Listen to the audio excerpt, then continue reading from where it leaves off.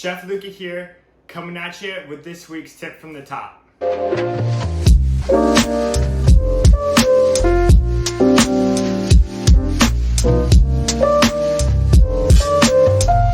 Today we're going to talk about browning butter. On this week's Squirrel Meals, we got some butternut squash gnocchi that goes with the brown butter sage sauce. So I'm going to show you how to properly brown butter and finish off that dish for you so you know exactly how to make it, just like me. So what you're doing when you're browning butter is you are caramelizing the milk solids that are in the butter. So butter's made up of a few different components, right? It's water, it's fat, and milk solids. When we brown that butter, we're going to be really creating a rich and beautiful dish that while using like the same simple ingredients. So that's like the key. It's about using simple ingredients, using techniques to maximize what you're getting out of those. That's really what cooking is all about. It's about taking ingredients and enhancing them and not screwing them up. And it's a tough thing to do. So setup wise, I have my pot of boiling water right here. Seasoned, salty like the sea. Don't hold back on that salt on that. I know that's a step that a lot of people forget. And right here I have my pot that I'm going to be browning my butter in. I don't need to use a pot this big, but this is like my only stainless steel pot. A lot of the time I'm cooking on cast iron. It's like a darker colored cooking surface, kind of like this pot. So it makes it harder to see. The key is to kind of use a stainless steel pot or something with like a silver bottom that you can really like see the color and see the transformation that the butter is going through. After you do this 1,000 times like I have, you know, you could use whatever pot you want. But at the beginning, I really recommend trying to use something that's stainless. The sweetness from the gnocchi, the nuttiness from the butter, the sharpness from the garlic, and the herbaceous like flavor from the sage really creates a well-balanced dish. And I'm gonna show you exactly how to do that right now. So I got my pot of water ready to go right here. And I got my stainless steel pot ready to brown my butter here on the right. This turned up to about medium heat. It's hot and ready to go. I recommend kind of browning your butter at medium-high heat, not to have it too hot or not to have it too cold. If it's too cold, it's gonna take forever. If it's too hot, it's gonna make things happen really quickly, and I want you to kind of take your time and make sure you execute this properly. So medium-high heat's a good place to start. So first thing you gotta do is add your butter.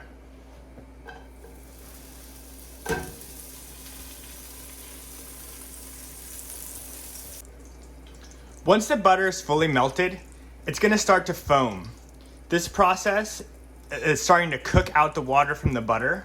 What we need to do is we need to cook out a little bit of the water in order for the milk solids to actually caramelize. So be patient during this stage, allow it to bubble and allow the butter to continue to cook. After a minute or two, the bubbling has subsided. You could see that it's left with a lot of oil on the bottom, and you could see small bits of milk solid starting to brown. That's a good sign. We want to keep cooking it though. I always recommend to use all of your senses during this process. Use your eyes to watch the progression of the butter melt, the bubbling subside. Use your nose to smell the transformation of the flavor. You know, watch as it starts to brown at the bottom. You can see those little brown bits. That's what we're looking for. Those are the milk solids at the bottom.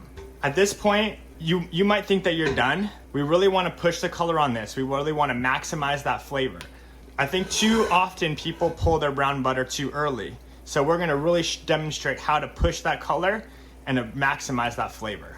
You can see now that we have some almost black milk solids at the bottom, and the fat around the milk solids is starting to turn a really dark amber golden. That is exactly what we're looking for. The smell is very aromatic and very nutty. It smells like toasted nuts. So that's exactly the flavor that we're looking for and exactly the color that we're looking for. At this stage, it's time to add our garlic. Here's our garlic.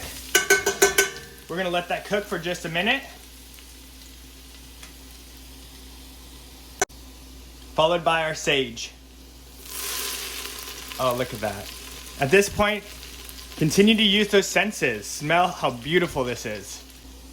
That's all it takes to make this brown butter sauce. Nice and simple. Time to add our gnocchi straight from frozen.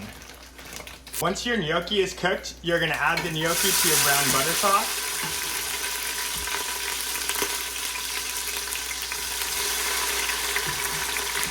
and toss to combine. Now it's time to plate our gnocchi.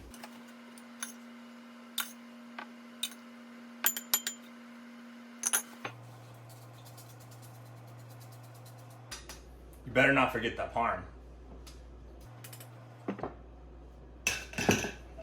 And there it is, our brown butternut squash gnocchi. Ooh, that's hard to say. Yo, thanks for tuning in and watching this week's Tip from the Top. Stay tuned for more tips featuring me, Chef Luca, and make sure to sign up for Squirrel Meals so you can be eating like this every damn week. Do it, son. I know you want that gnocchi.